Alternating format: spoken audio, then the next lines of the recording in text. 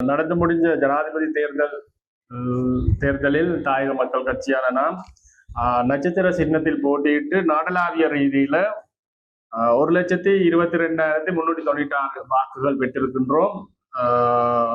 6வது இடத்தை எமது ஜனாதிபதி வேட்பாளர் திலீப் ஜாவிர் அவர்களுக்கு கிடைத்திருக்கின்றது. நாம் கட்சியாக தொடங்கப்பட்டு கிட்டத்தட்ட ஒரு 6 மாத காலங்களுக்குள் 6 மாதம் தான் இருக்கும் ஒரு கட்சியாக நாங்கள் ஆரம்பித்து எங்களுடைய பிரச்சார நடவடிக்கைகள் ஆரம்பித்து 3 மாதங்கள் கூட இல்லை. யாழ்ப்பாண மாவட்டத்தில் நாங்கள் ஒரு 2 கிழமை கூட இல்லை பிரச்சாரங்கள் செய்ய தொடங்கி.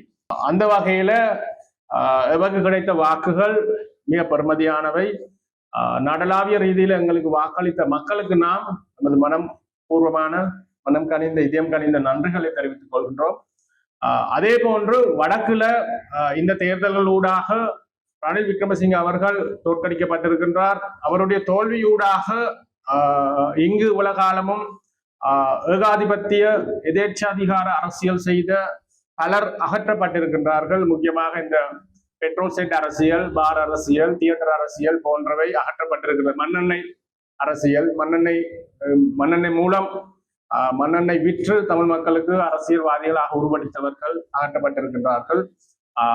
அதே போன்று சஜித் பிரேமதாச அவர்களும் தோற்கடிக்கப்பட்டிருக்கின்றார். அதனூடாக அவருக்கு பின்னால தெரிஞ்சு இந்த தேசாதிகார அடாவடி அரசியல்வாதிகள் அகற்றப்பட்டிருக்கின்றார்கள். வாரிசு அரசியல் முக்கியமாக இல்லாமல் போயிருக்கின்றது.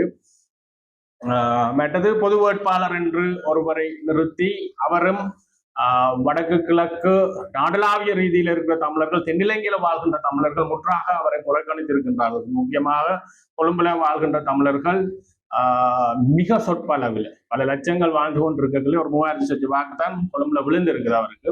ஆகவே இவர்களுடைய இந்த இனவாத அரசியல் எடுபடல என்றுதான் சொல்ல வரும். வடக்கு கிழக்குல கூட இவர்கள் 5-6 லட்சம் வாக்கு எதிர்பார்த்தார்கள். ஆனால் அந்த அளவுக்கு வாக்கு அளிக்கப்படவில்லை பொது வேட்பாளர் என்று சொல்லப்படுபவருக்கு. அதே நேரம் வடக்குல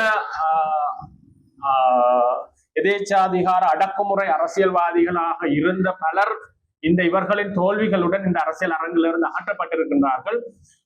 ஆகவே புதிய இளைஞர்களுக்கு எதிர்வரும் பாராளுமன்ற தேர்தலில் மிக முக்கியமான சந்தர்ப்பங்கள் ஏற்படுத்தப்பட்டுள்ளது. இவர்கள் பழைய இதே சம்பிரதாய அரசியல்வாதிகள் அகற்றப்பட்டிருப்பதால ஆகவே உங்களை நாங்கள் வரவேற்கின்றோம். திறமசாலிகளை அவர்களுடைய படிப்பு பட்டம் எந்த விதமான தகுதிகளும் இல்லாமல் இந்த தகுதி தான் வேணும் என்று நாங்கள் எதிர்பார்க்கல. மக்கள் மீது அன்பு செலுத்துகின்ற, மக்களை நேசிக்கின்ற, மக்களுக்காக அரசியல் செய்ய விரும்புகின்ற இளைஞர்களுக்கு சமூக பார்வையும் மொழி ஆளுமையும் அரசியல் ஞானமும் இருக்கின்ற எவரும் நம்முடன் இணையலாம். அவர்களுக்கு நாம் மிக பரந்த சந்தர்ப்பங்களை வழங்க தயாராக இருக்கின்றோம்.